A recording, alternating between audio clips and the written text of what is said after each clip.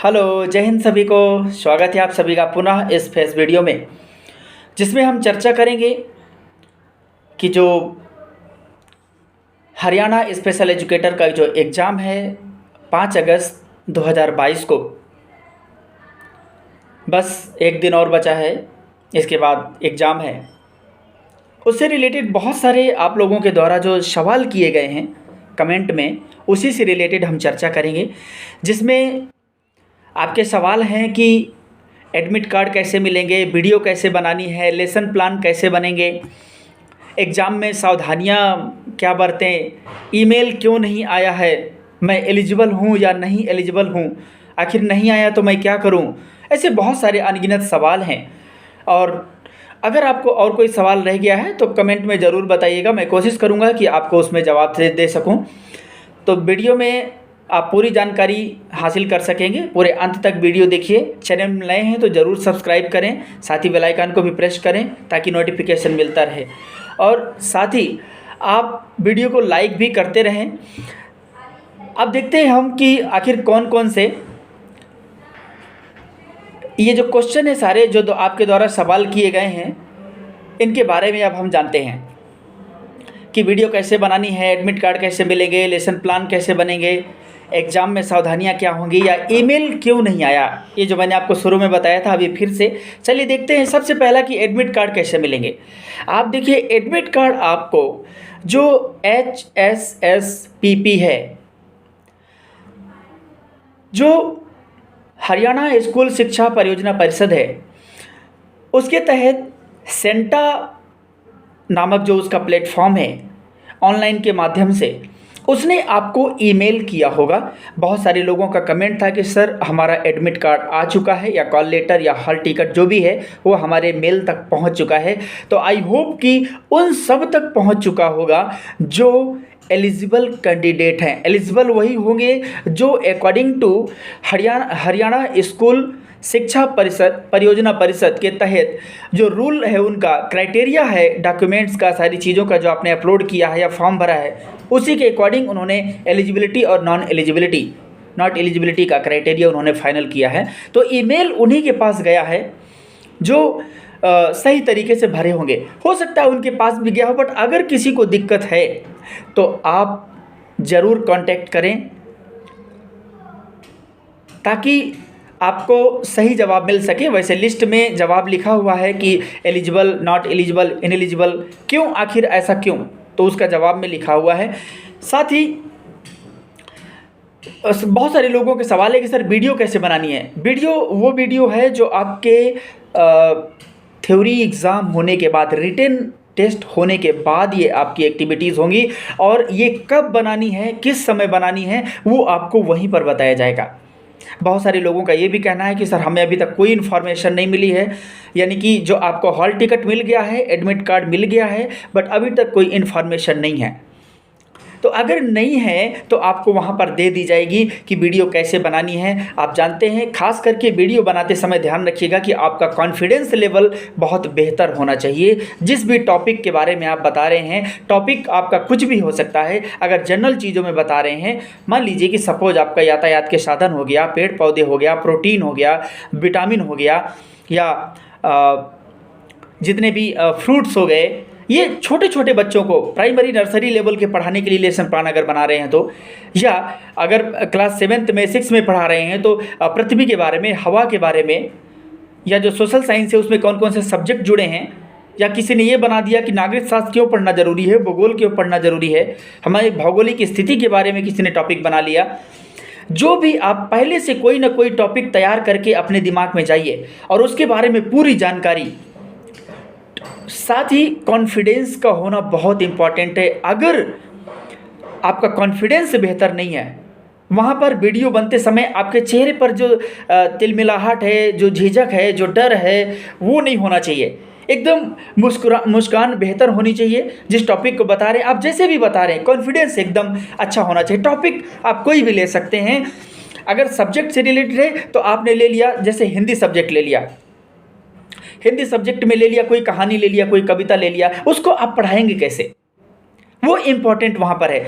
और मुझे उम्मीद है कि आपने अगर डिप्लोमा बीएड किया है तो आपने लेसन प्लानिंग ज़रूर की होगी अपने डिप्लोमा बीएड के ट्रेनिंग के दौरान या इंटर्नशिप के दौरान, और उसी तरीके से आपको पढ़ाना है, उसी तरीके से फॉलो करना है, उसी तरीके से आपको ऑब्जेक्टिव्स भी देखना है, उसी तरीके से आपको previous knowledge, specific knowledge, previous language, specific language, जो आपका ज्ञानात्मक स्तर, बोधात्मक स्तर, अनुप्रयोगात्मक स्तर, इन सबको देखते हुए आपका इंट्रोडक्टरी क्वेश्चन, जिसमें पूर्व ज्ञान से एक क्वेश्चन होता है, फिर मेन क्वेश्चन बीच में होता है, फिर लास्ट में समस्यात्मक होता है। इस तरीके के आपको सवाल भी रेडी रखने होंगे। उसी में आपका वही है कि वीडियो कैसे बनानी है, यानी कि वो लेसन प्लान टाइप बनेगा। एक तो सब्जेक्ट एक्सपर्टीज का है कि मान लीजिए कि अगर आपसे कहा जाए कि आप एक वीडियो बनाइए जिसमें पढ़ाइए कि हियरिंग इम्पेयरमेंट क्या है, तो आपको हियरिंग इम्पेयरमेंट, पहले हियरिंग को समझा दीजिए, फिर इम्पेयरमेंट को समझाइए। और इम्पेयरमेंट, डिसेबिलिटी और हैंडीकैप्ड का वीडियो मेरे चैनल पर पड़ा हुआ है, तीनों में डिफरेंसेस का वीडियो पड़ा हुआ है। हियरिंग इम्पेयरमेंट का भी 2 या 3 पार्ट में पड़ा हुआ है, आप उसे ज़रूर देखिए, आपको समझ में आ जाएगा। साथ ही जो आप जब खड़े होंगे तो HI बच्चों का एग्ज़ाम अगर है, ध्यान रखिए स्पेशल एजुकेशन में आपका एग्ज़ाम होगा, BI कैटेगरी भी होगी, HI भी होगी, ID भी होगी, यानी कि MR भी होगी। तो अगर आप HI में हैं तो जब भी आप बोलिएगा तो फेस आपका सामने रहना चाहिए। वीडियो बनाइएगा, जिस में बनाइएगा, हो सकता है आपको बोल दें कि पीछे ब्लैक बोर्ड है या वाइट बोर्ड है या जो भी बोर्ड है, ग्रीन बोर्ड है, आपको बोला गया कि आप यहाँ पर खड़े हो जाइए, कैमरा सामने रख दिया उन्होंने, आप किसी एक टॉपिक को पढ़ाइए। कोशिश करिएगा कि जब भी आप लिखें पीछे मत बोलिए, एकदम चेहरा सामने होना चाहिए, एकदम क्लियर स्पष्ट आवाज़ होनी चाहिए आपकी, जिसमें कोई कर्कशता ना हो, एकदम कोई भी समझ सके। और ख़ास करके जो BI कैटेगरी से हैं उनका तो एकदम एक्सप्लेनेशन, एकदम जो वॉइस है वो बहुत क्लियर होनी चाहिए, क्योंकि जो दृष्टिबाधित बच्चे होते हैं वो सुनते बहुत अच्छे से हैं, उनका जो सेंस ऑर्गन है, हियरिंग ईयर, वो बहुत अच्छे से काम करता है, इसलिए बेहतर तरीके से आवाज़ होनी चाहिए। मेंटल रिटार्डेशन को जो पढ़ाने के लिए टेक्निक्स अगर वहाँ पर यूज करनी पड़े, जो टास्क एनालिसिस के थ्रू, कि छोटे छोटे टुकड़ों में बांट करके कैसे पढ़ाना है, किस तरीके को एक्टिविटी बेस्ड पढ़ाना है, क्योंकि जो करिकुलम होता है मेंटल रिटार्डेशन या इंटेलेक्चुअल डिसेबल्ड चिल्ड्रेन का, वो होता है फंक्शनल करिकुलम कहलाता है। क्या कहलाता है? फंक्शनल करिकुलम कहलाता है। जो इंटेलेक्चुअल या मेंटल रिटार्डेशन बच्चों को पढ़ाने का करिकुलम होता है, कार्यात्मक विधि से हम पढ़ाते हैं उनको। ध्यान रखेंगे पढ़ाते समय टॉपिक कोई भी लीजिए, कुछ जनरल टॉपिक भी आपको लेने पड़ेंगे। बोल देंगे कि अगर मान लीजिए किसी बच्चे को सिखाना है कि वो मार्केट में अपनी प्रतिक्रिया कैसे दर्शाएगा, मार्केट में जाना है किस तरीके से, उसको इकोनॉमिक नॉलेज नहीं है, सवाल कैसे करना है दुकानदार से ये नॉलेज नहीं है, हालांकि जाते जाते सब सीख लेते हैं, तो इसका भी लेसन प्लान बन सकता है। एवरी एस्पेक्ट, एवरी कंटेंट का लेसन प्लान बन सकता है, बशर्ते आपको पूरा पता होना चाहिए, कॉन्फिडेंस लेवल गिरना नहीं चाहिए आपका। वीडियो बन रहा है, आपके चेहरे पर मुस्कान होनी चाहिए एकदम, एक भी ऐसा नहीं लगना चाहिए कि ये ज़बरदस्ती इसको खड़ा किया गया है लेसन प्लान पढ़ाने के लिए। ऐसा इसलिए करवाया जा रहा है क्योंकि आप टीचिंग करने के लिए आप एग्ज़ाम दे रहे हैं, तो क्या आपके पास वो खड़े रहने की 30 मिनट 15 मिनट स्टेबिलिटी है कि नहीं है, आपके पास इफ़ेक्टिवनेस है कि नहीं, जो टीचिंग स्किल्स है कि नहीं, आपका प्रोनंसिएशन कैसा है, आपका कॉन्फिडेंस कैसा है, आपका नॉलेज लेवल कैसा है, आपका एग्जाम्पल देने का तरीका कैसा है, आप टीचिंग स्किल्स का कैसे यूज करते हैं, ये सब चीज़ें उसमें बहुत बहुत ध्यान देने की आवश्यकता होगी। बहुत सारे लोग पूछें सर एक टॉपिक बना दीजिए, आप लेसन प्लान एक पढ़ा दीजिए।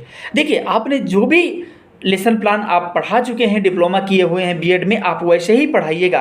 बस कॉन्फिडेंस, आप अभी जो मेरी वीडियो को देख रहे होंगे, आप देख रहे होंगे कि क्या मैं ऐसा हताश दिख रहा हूँ, झिझक लग रही है, क्या लाचार दिख रहा हूँ, नहीं। ऐसे ही आपको कॉन्फिडेंस एकदम रहना है और किसी भी टॉपिक को प्रस्तुत करना है। आपको ये नहीं लगना चाहिए कि मैं बहुत परेशानी में हूँ, बिल्कुल नहीं। जनरल नॉलेज का कोई पूछ सकता है, मान लीजिए कि ये पूछ लिया जाए कि जो मेन जो भारत देश के जो अपने प्रतीक हैं वो कौन कौन से प्रतीक हैं, उनके बारे में पढ़ाओ, ये एक अलग हो सकता है। इसके अलावा कोई सब्जेक्ट ले सकते हैं, मान लीजिए किसी का सोशल साइंस है, किसी का साइंस बैकग्राउंड है, यानी जिन्होंने इंटर साइंस से किया है, हो सकता है किसी का ग्रेजुएशन भी कंप्लीट हो। ये चीज़ें विशेष ध्यान रखिएगा। ये टीचिंग सब्जेक्ट भी आपसे पढ़वाया जाएगा। हो सकता है आपसे ये सवाल वहाँ पर कर लिया जाए कि अगर आप साइंस बैकग्राउंड से हैं, साइंस मैथ से हैं, तो पूछ लिया जाए कि साइंस मैथ का क्या रोल है डिसेबिलिटी सेक्टर में, तो हो सकता है वो भी आपको बताना पड़े। ये सारी चीज़ें पढ़ करके जाइएगा। और लेसन प्लान के लिए बहुत ज़्यादा चिंता मत करिए, वहीं पर खड़े होकर के जो जो मैंने बातें बताई हैं उनको ध्यान रखिएगा। आपकी आवाज़ एकदम स्पष्ट होनी चाहिए, आपका टॉपिक जो है उसके बारे में आपको पूरा नॉलेज होना चाहिए, आपका जो उसका प्रस्तुतिकरण आप दे रहे हैं आपको बिल्कुल भी डर नहीं झलकना चाहिए। देखिए, डर कर भी कुछ हासिल होने वाला है नहीं, और नहीं डरेंगे तो भी वहाँ पर कोई कुछ करने वाला है नहीं। एकदम आपको मस्त रहना, एकदम कॉन्फिडेंस के साथ, बिना डरे अपने आप को बेबाक अंदाज में, जिसे हम कहते हैं कि बिल्कुल फ्लुएंटली अपने आप को प्रस्तुत करना है। ये बहुत सारे सवाल हैं, और भी कोई सवाल हो तो आप कमेंट कर दीजिएगा। साथ ही टेलीग्राम चैनल को ज़रूर ज्वाइन करिए। बहुत सारी PDF ये वाले और आगे वाले जो आएंगे वो आपको वहाँ पर मिल जाएंगे। बहुत सारे लोग हैं जो वीडियो नहीं देखते हैं, फिर अंत में जब एग्ज़ाम हो जाता है तो बोलते हैं कि सर काश आपका वीडियो मिल गया होता तो मैं देख लिया होता तो पास हो गया होता। ऐसी बात नहीं है, आप आपस में शेयर किया करिए। मैं कोशिश करता हूं कि कोई भी वीडियो आपकी यूज़फुल ही रहे। बहुत सारे लोग सवाल करते हैं कि सर आप इतना करते हैं, पैसे क्यों नहीं लेते हैं, या जो आप बनाते हैं PDF सर उसका पैसे क्यों नहीं लेते हैं। देखिए, कभी मैं भी अफोर्ड नहीं कर पाता था कई सारी चीज़ों का, तो बहुत सारे लोग होते हैं जो अफोर्ड नहीं कर पाते हैं। जब भी आपको लगे तो ज्वाइन बटन दिया रहता है, आप उस ज्वाइन बटन को क्लिक करके आपको वहाँ जो लगे, यहाँ तक कि वीडियो में थैंक्स बटन है, आप थैंक्स भी कर सकते हैं। ऐसा नहीं, बाकी पैसा देने का कोई नीड नहीं है। आप एकदम सीखते रहिए, चाहे जितना क्वेश्चन हो, चाहे जितने वीडियोज़ हों, एकदम सीखते रहिए, कोई इशू नहीं है। कभी ऑफलाइन जब क्लासेस होंगी या ऑनलाइन जब इस तरीके का बैच कोचिंग टाइप स्टार्ट किया जाएगा, तब देखा जाएगा कि 50-100 रुपये रख दिया जाएगा, ताकि किसी को ये ना लगे कि फ्री में हो रहा है। बाकी आज का जो हमारा टॉपिक है इसको विशेष ध्यान दीजिएगा। बाकी और कोई सवाल है तो आप ज़रूर कर लीजिएगा, चिंता बिल्कुल मत करिएगा। एग्ज़ाम में सावधानियाँ ये रखनी है कि जब आप क्वेश्चन हल करने बैठें तो इस बात का ध्यान रखें कि आप एक टीचर की तरह एग्ज़ाम दें, क्योंकि आपका जो टीचिंग एप्टीट्यूड है वो आपका चेक किया जाएगा। सारे अधिनियम, इंक्लूसिव एजुकेशन से रिलेटेड क्वेश्चन मैं कोशिश करूंगा कि आज और कल मैराथन 2 और निकाल दूं, ताकि आपके लगभग कई सारे क्वेश्चन और क्लियर हो जाएं। बहुत सारे लोग हैं जो बाद में बहुत पछतावा करते हैं कि सरकार समय मिल गया होता। तो प्लीज़ आप सभी आपस में शेयर करिए, ताकि जो भी मेरे से हो सकता है क्वेश्चन बनाता हूँ, कोशिश करता हूँ आप तक पहुँचाता हूँ। आप आपस में शेयर करिए, मैं अपलोड कर सकता हूँ, बाकी मैं बहुत सारे लोगों को नहीं जानता हूँ कौन कहाँ से क्या है। आप कमेंट में ये भी बता दिया करिए कि सर मैं यहाँ से हूँ और मुझे लाभ हुआ है या हानि हुई है। आपके क्वेश्चन से आप ये भी बता सकते हैं, कोई दिक्कत नहीं है। वीडियो को लेकर लाइक ज़रूर किया करिए। बहुत सारे लोग हैं जो सब्सक्राइब नहीं करते, देखते रहते हैं। सब्सक्राइब ना करने से आपको नोटिफिकेशन नहीं पहुँचता है, इसलिए सभी आप ज़रूर देखें। कोई सवाल है तो आप कमेंट में ज़रूर करिए। बाकी टेंशन बिल्कुल मत लीजिए, एडमिट कार्ड 4 तक, कल तक सभी के पास पहुंच जाएगा। बिल्कुल भी टेंशन नहीं लेना है। एडमिट कार्ड सभी को मिल गया होगा, जिनको नहीं मिला मिल जाएगा। लेसन प्लान कैसे बनाना है वो मैंने बता दिया है, वीडियो कैसे बनानी है वो भी बता दिया है। एग्ज़ाम में सावधानियाँ रखनी है कि एग्ज़ाम जब आप लिख रहे होंगे तो सारा दिमाग एक तरफ हटा करके एकदम एक टीचिंग की तरह, टीचिंग एप्टीट्यूड की तरह, टीचर की तरह एक स्टूडेंट को कैसे पढ़ाएंगे वैसे क्वेश्चन आएंगे। ईमेल क्यों नहीं आया वो आप कांटेक्ट कर लीजिए, क्योंकि ईमेल जो है वो बोर्ड भेजता है। ठीक है, तो वीडियो को देखने के लिए बहुत बहुत धन्यवाद। मिलते हैं नेक्स्ट वीडियो में, तब तक के लिए जय हिंद, वंदे मातरम। Thank you so much.